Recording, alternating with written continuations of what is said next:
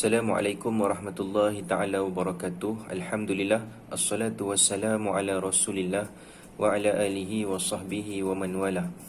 Rabbi syrah li sadri wa yassir li amri wahlul uqdatan min lisani yafqahu qawli. Allahumma la sahla illa ma ja'altahu sahla wa anta taj'alul hazna idza syi'ta sahla. Semati hadirin sekalian, pertamanya bila kita cakap tentang korban, maka kita boleh mengaitkan peristiwa korban ini dengan peristiwa Nabi Allah Ibrahim dan anaknya Nabi Allah Ismail alaihissalam, di mana Nabi dan Rasul ini adalah orang yang paling layak untuk kita jadikan motivasi ataupun untuk kita jadikan panduan dalam kita menempuh ujian dan dugaan dalam hidup kita lah. Kerana Nabi dan Rasul ini adalah orang yang paling banyak orang yang paling banyak menerima orang yang paling banyak berkorban, orang yang paling banyak menerima cubaan, ujian daripada Allah Subhanahu Wa Taala. Kerana sahabat pernah bertanya Nabi, wahai Rasulullah, bertanya Nabi, ayun nas asyaddul bala'an. Dia kata, wahai Nabi, siapakah yang manusia yang paling banyak menerima ujian? Maka Nabi kata al-anbiya. Jawapan Nabi maknanya Nabi mengisyaratkan bahawa orang yang paling banyak menerima ujian dan dugaan lah, maksud dia daripada Allah Subhanahu Wa Taala ini adalah para nabi dan para rasul. Dan bila kita menyingkap kisah Nabi Allah Ibrahim dalam hidup dia telah menjalani pelbagai ujian yang sangat berat. Sebab itu kalau kita belajar, Nabi Allah Ibrahim ini disebut sebagai salah seorang Nabi Ulul Azmi, Rasul Ulul Azmi kan. Mereka yang Nabi yang antara Rasul yang paling banyak dan paling berat ujiannya. Dan suatu suatu Nabi Ibrahim ini kecil, seperti kita pernah belajar dalam sirah, dia pernah dicampakkan di dalam api kan, dalam api kerana mempertahankan akidah dia, yang mana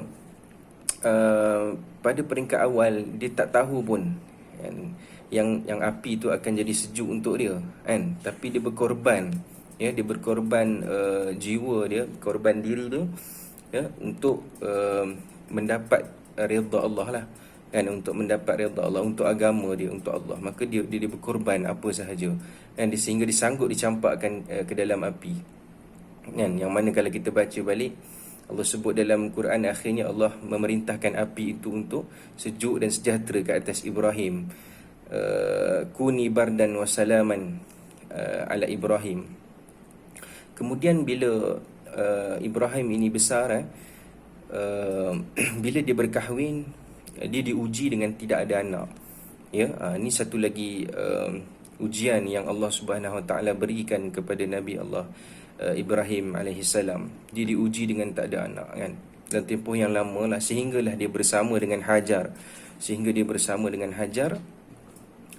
dan dia dikurniakan anak Nabi Ismail kan.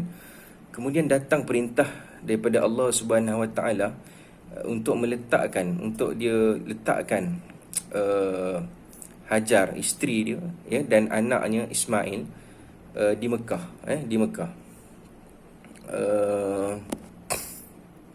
di satu tempat lembah yang tidak ada apa-apa, yang tidak ada tanaman, yang tidak ada apa-apalah, kawasan kering kontang. Dan Allah rakamkan peristiwa ini di dalam Al-Quran. Nabi Allah Ibrahim, Rabbana inni askantu min dhurriyyati biwadin ghairi zar'in inda baitikal muharram Rabbana liyuqimus salah.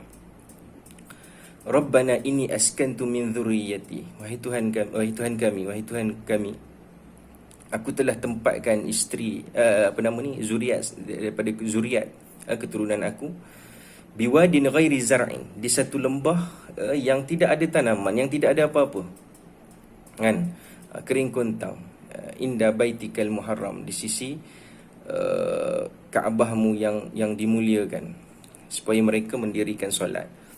Dan apabila kita nak letakkan kan orang yang kita sayang kan, keluarga kita, maksudnya isteri dan anak-anak. Di satu kawasan yang tidak ada perlindungan, itu adalah satu perintah yang bila kita renung balik, ia bukanlah mudah untuk dilaksanakan. Ya, dia bukan mudah untuk dilaksanakan. Tapi Nabi Allah Ta'ala Ibrahim sekali lagi berkorban. Dia berkorban antara rasa sayang dia dengan makhluk, dengan keluarga dia, dengan perintah Allah. Maka dia berkorban, dia utamakan perintah Allah tanpa banyak soal lah. Tanpa banyak soal. Sehingga kan Hajar bertanya kepada Ibrahim, kan, arahan siapa, kan, maknanya siapa yang memberikan arahan untuk ditinggalkan Hajar, untuk Nabi Ibrahim perintahkan Hajar dan Ismail untuk tinggal di situ, kan, di Mekah. Dia kata, Allahu amaraka bihadha, adakah Allah yang menyuruh kamu, kan, meninggalkan kami di sini? Maka Nabi Ibrahim kata iyalah, kan. Nabi Ibrahim kata ya. Kemudian Hajar kata, la yutayyi'una Allahu idzan, kan, kalau begitu Allah tidak akan mensia-siakan lah. Maksudnya Allah akan menjagalah. Lalu Nabi Allah Ibrahim balik, dan Allah berikan Zam-Zam kepada Nabi Ismail, kan, ada peristiwa kisah tu, kan. Dan Nabi Ibrahim pun pulang, kembali balik dan membina Kaabah. Kemudian datang lagi perintah sekali lagi, yang mana perintah kali ini Allah Subhanahu Wa Taala suruh memerintahkan Nabi Ibrahim ini untuk menyembelih anaknya, kan, Nabi Ismail. Jadi satu anak yang ditunggu-tunggu, kan, kahwin lama tak ada anak, tiba-tiba Allah bagi anak, kemudian kena sembelih anak tu. Dan kesembelih tu bukannya kita bagi kat orang lain suruh sembelih, kan, sembelih dengan tangan sendiri, ya, sembelih dengan tangan sendiri. Jadi ini satu pengorbanan yang sangat besar lah, kan, satu pengorbanan yang sangat besar. Okey. Dan macam-macam lagi kalau kita tengok singkat balik sejarah ataupun sirah Nabi Allah Ibrahim ini, terlalu banyak pengorbanan dia, dan sehinggakan Nabi Ibrahim ini digelar sebagai Khalilullah, kan, kekasih Allah, ya, kerana dia memberikan 100% dalam kehidupan dia ni untuk Allah, mengatasi makhluk lah, mengatasi makhluk. Dia nak mendapatkan redha Allah. Jadi kalau kita ambil ibrah daripada peristiwa ini, peristiwa korban ini, kita bawa dalam kehidupan kita, untuk kita dapat sesuatu dalam hidup ni, kita tak boleh lari daripada istilah pengorbanan. Pengorbanan.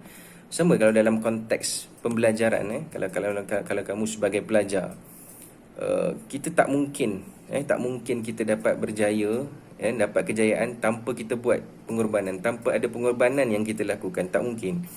Kerana nak berjaya, kamu nak datang sekolah pun kamu berkorban, betul tak? Kan, kamu berkorban masa tidur kamu, kan, bangun awal pagi nak bersiap, kan, berkorban wang ringgit, berkorban tenaga kamu, berkorban masa kamu, kan.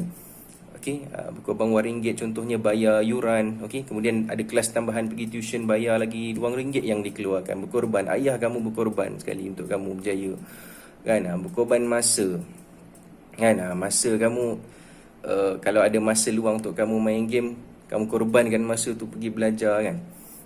Kena ada pengorbanan lah, masa, wang ringgit, tenaga kamu bangun pagi, kayuh berzikar, naik motor datang sekolah, pergi tuntut ilmu, kan, masuk kelas PDPR, itu semua pengorbanan. Dan untuk berjaya ni, kita kena lalu jalan orang yang berjaya. Kita kena lalu jalan orang yang berjaya. Saya teringat satu kata-kata hikam, kata-kata hikam, pepatah Arab lah. Dia kata man sara ala darbi wasala, kan. Siapa yang berjalan di atas laluan, dia akan sampai lah. Dia akan sampai. Kalau kita nak menjadi seorang doktor, contoh, cita-cita pada masa depan, kita kena lalu jalan-jalan, step-step untuk menjadi seorang doktor lah, kan. Kalau kita cita-cita menjadi engineer, kita kena lalu jalan-jalan, langkah-langkah perjalanan untuk menjadi seorang engineer, kan. Kemudian ada satu lagi saya nak kongsikan, ada satu kata-kata hikam juga dalam bahasa Arab, tarju an-najah walam tasluk masalikaha inna safinah la tajri 'ala al-yabas. Kan, mengharapkan kejayaan, kan, tarju an-najah walam tasluk masalikaha, dan kita tidak melalui jalan-jalan orang yang berjaya. Kan, kita nak berjaya tapi malas, kan, main game, kita tak buat pun benda yang orang berjaya buat, kan, orang-orang yang so dia step-step untuk mendapat kejayaan tu kita tak buat, belajar pun tidak, kan. Jadi dia seumpama safinah la tajri 'ala al-yabas, sebuah kapal yang berlayar di atas apa nama ni, di atas daratan, kan, yang dia tak akan sampai pun ke destinasi, betul tak? Kapal ni dia nak berlayar mesti di atas air, kan, mesti kat laut. Kalau kita letak kat tempat yang kering, kat daratan, kan, dia tak akan sampai sampai lama dia duduk situ, kan, dia tak akan sampai ke destinasi yang nak dituju. Jadi itulah, kalau kita boleh ambil kan, pengorbanan Nabi Allah, banyaklah, semua kita spesifikkan, kita khaskan pada peristiwa Nabi Ibrahim ni lah, dan kalau kita nak ambil semangat, kita bacalah sirah-sirah Nabi dan Rasul ni, baru kita dapat bezakan, maksudnya baru kita dapat muhasabah balik bahawa jauh, kan, kita berkorban ni tak sama dengan pengorbanan mereka dahulu. Pengorbanan mereka dahulu sangat-sangat besar lah, sangat-sangat besar. Jadi untuk akhirnya,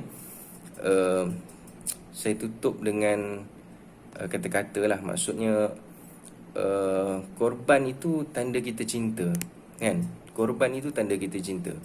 Contoh, kita cintakan cita-cita kita, kita nakkan sesuatu tu, maknanya kita kena korban untuk mengejar dan menggapai cita-cita kita. Okay, so itu sahaja. Saya harap apa yang baik kamu ambil lah, yang tak baik jadi kamu letak jauh-jauh. Qul qouli hadza astaghfirullahaladzim li wa lakum. Assalamualaikum warahmatullahi taala wabarakatuh.